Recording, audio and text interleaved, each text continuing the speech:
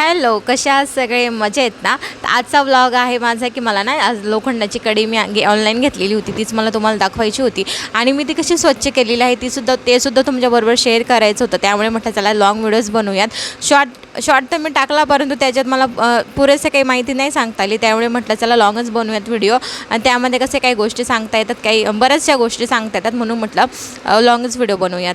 तुमच्या मनात विचार आला असेल ना की स्टीलची सोडून लोखंडाची का घेतली असेल म्हणून. तर याचं एक कारण आहे. खरं सांगू तर मला डॉक्टरांनी सांगितलेलं तुमच्या शरीरामध्ये म्हणे खूप आयरनची कमी आहे, त्यामुळे तुम्ही जास्तीत जास्त प्रमाणात तुम्ही लोखंडाची भांडी वापरा असं त्यांनी सांगितलेलं होतं. परंतु नॉर्मली घरांमध्ये तर ॲल्युमिनियमचीच भांडी असतात, म्हणजे 90% तर ॲल्युमिनियमचीच भांडी असतात. स्वयंपाक करायची सांगते मी, म्हणजे की आपण जसं की भाजी वगैरे बनवतो ते पातेलं झालं किंवा कढई झाली, हे तर आपल्याकडे ॲल्युमिनियमचीच असतं नाही. स्टीलचे आपण घेऊ शकत नाही, कारण की ते लवकर जळून जातं, त्यामुळे ते आपण सहसा टाळतोच वापरायचं.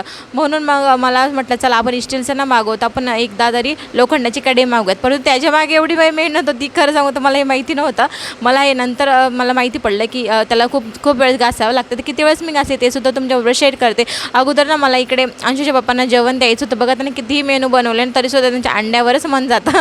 काय करावं त्यांचं काय माहिती. त्यानंतर मी इकडे कढई घासायला घेते, माझे सगळे कामं वगैरे झाली. त्यानंतर मी एक वेळेस घासली, 2 वेळेस घासली, म्हणजे 2-3 वेळेस मी त्याला जोपर्यंत त्याचं काळं पाणी निघत नाही ना तोपर्यंत त्याला घासले मी तिला. त्यानंतर मला अंशूचे जे बुक होते ना त्याचे कवरसुद्धा लावायचे होते, तर ते सुद्धा काम मला करायचं होतं. म्हणजे आज तर मी एवढी बिझी होते ना, काय सांगू तुम्हाला. मला एकच म्हणायचं आहे, आपण जर स्वतःच्या हेल्थकडे जरा थोडं लक्ष दिलं तर काय हरकत नाही ना. म्हणजे आपण ते इतर खर्च किती करतो, ऑनलाईन हे मागव ते मागव, भरपूर काही गोष्टी मागवतो. एकदमच काय ॲल्युमिनियमची भांडे तर बंद नाही करताना, म्हणजे की वापरणं बंद नाही करताना आपल्याला. त्यामुळे ते एवढे काही भांडे असे असतात की ते नवीन पण असतात, त्यांना कसे काय टाकून द्यायचे.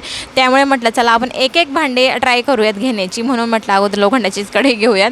आणि त्यानंतर मला इकडे तिला परत एकदा घासली मी. बघा म्हणजे रात्रीच्या वेळेस म्हणजे तांदूळाचं पाण्यात धुवून त्याच्यामध्ये टाकलेलं होतं, रात्रभर ठेवलेलं होतं. त्यानंतर सकाळी उठून मी परत एकदा तिला घासली आणि त्यानंतर दोघं बाजूने तेलाने ग्रीस करून घेतला अगोदर. आणि नंतर मी त्याला गॅसवर ठेवली, त्याच्यामध्ये एक कांदा टाकला. त्यानंतर तो कांदा चांगला गोल्डन ब्राऊन होईपर्यंत त्याला परतवायचा आणि पूर्ण कढईला त्याला ना असं पूर्णपणे लावायचं, म्हणजे की जेणेकरून ते तेलसुद्धा त्याला कढईला व्यवस्थित लागायला पाहिजे, तळलेलं म्हणजे ते गरम तेल. आणि त्यानंतर त्याला चांगलं धूर निघेपर्यंत चांगलं त्याला होऊ द्यायचं, म्हणजे एकदम काळा होऊ द्यायचं त्याला. त्यानंतर दुसरा दिवस आहे, दुसऱ्या दिवशीसुद्धा मी तीच मेथड परत एकदा रिपीट केलेली होती. त्यानंतर परत एकदा ते कांदा एक टाकलेला होता तेलामध्ये. तेच घेतलं तरी चालतं, दुसरे घेतलं तरी चालतं. मी तळलेलंच तेल वापरलेलं होतं, कारण की एवढं तेल कशाला वाया घालवायचं ना, आपल्याला घरचे होतील. त्यामुळे मी तेच तेल घेतलेलं होतं. तिला सगळं मग ते परत एकदा कांदा काळा केला, तेच कांदा वगैरे फेकून दिला. नंतर परत एकदा तिला घासून घेतली व्यवस्थित आणि चांगली पुसून घेतली. तर तुम्ही बघून घ्या, एकदम मस्त अशी कढई झालेली होती माझी. तर थोडीशी मेहनत आहे म्हणा त्याच्यामध्ये, टाईम टेकिंगसुद्धा आहे, परंतु आपल्या स्वतःसाठी तर आपण एवढं करू शकतो ना. आणि कढईची लिंक डिस्क्रिप्शनमध्ये आहे. Okay, bye.